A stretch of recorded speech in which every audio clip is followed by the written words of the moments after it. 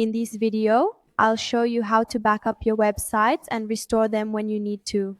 Hey guys, what's up? This is Michaela from Simplifying Websites, and before I get into the tutorial, I'm going to ask you to like the video and subscribe to the channel, okay? So look, I'm here on Anastasia's website, which was an institutional website that I taught you how to create with WordPress and Elementor here on the channel. I'll leave the link to this tutorial on the card and in the description if you want to go and learn, okay? It's very important that you set aside time in your routine, at least once a month, once every fortnight, to back up your websites so that if your website gets hacked, infected by a virus, has a severe bug, there's no problem.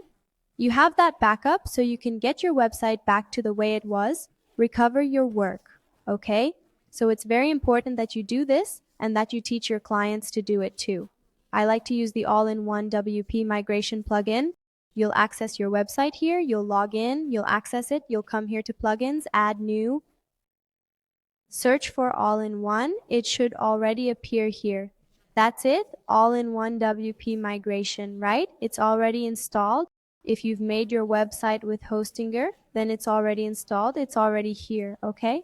If you don't have it installed, click here on Install, then on Activati. And backing it up is really easy. Just hover your mouse here and click on Export. Export to file, then let it load. It will load, gather all the files from your website, and make a complete backup with a database. When you migrate it from here, because you can use it to migrate to another hosting, migrate from one domain to another. When you use it to migrate, you'll see that it goes as far as the login and password because it sends everything. The website is exactly as it is. You don't need to change anything. You just need to upload the backup and it'll be just as it is, right? And then it will generate the file here and you can click on download here.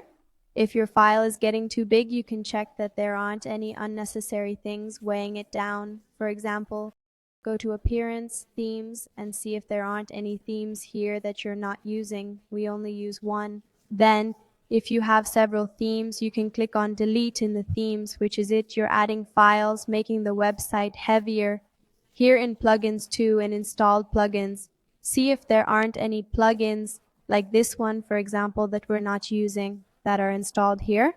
And then you come and uninstall each one of them so as not to create unnecessary overload. Images too, you can go to Media here in the library and see if there aren't any images here that you're not using on the website. Then you can delete them to reduce the size of your files. Once you've downloaded it, which I've already done here, you can make a folder in your drive. If you have a Google account, it's very easy. So, you access the drive, you access your drive here, click on New Folder, then you create a folder. I'll put Backups channel. Click on Create, then the folder will appear here, you click. See? In there you can create several folders, one for each type of project. So for example, the one I've made now is called Anastasia. Anastasia, you click here on Create, and then inside that folder, inside each folder, you upload the file you downloaded. I'm going to come here, I'm going to take the file I downloaded and upload it here. Depending on the size of the file, it takes longer to download, it takes longer to load. If the website is very large, it's normal for it to take a while for that little tab to appear so you can download it because it's uploading the files. It comes with this name right here with the .wpress ending. If you want to rename it, you can also rename it and then leave it at that. When you need to restore a backup, you'll need to install WordPress. There's already a video here on the channel teaching you how to install WordPress. Then, in this new WordPress, you'll go to Plugins, Add New, search for the all-in-one WP migration plugin, activate it if it's already active, and if it's already on your own website and you just want to upload the old backup that's giving you a lot of bugs, it's the same. You have to come and install the plugin if it doesn't have one. Then you come here, click on Import, make sure you have a size that supports uploading your file. So for example, if it's only 200 megs and your file is more than 1 gig, you won't be able to upload it. There's a video here on the channel teaching you how to increase PHP's upload limit too. If that's the case for you and you're unable to upload a file that's larger than the supported size, there's a video here on the channel showing you how. I'll leave it in the description for you, okay? But if you have Hostinger, it comes with 2 gigs.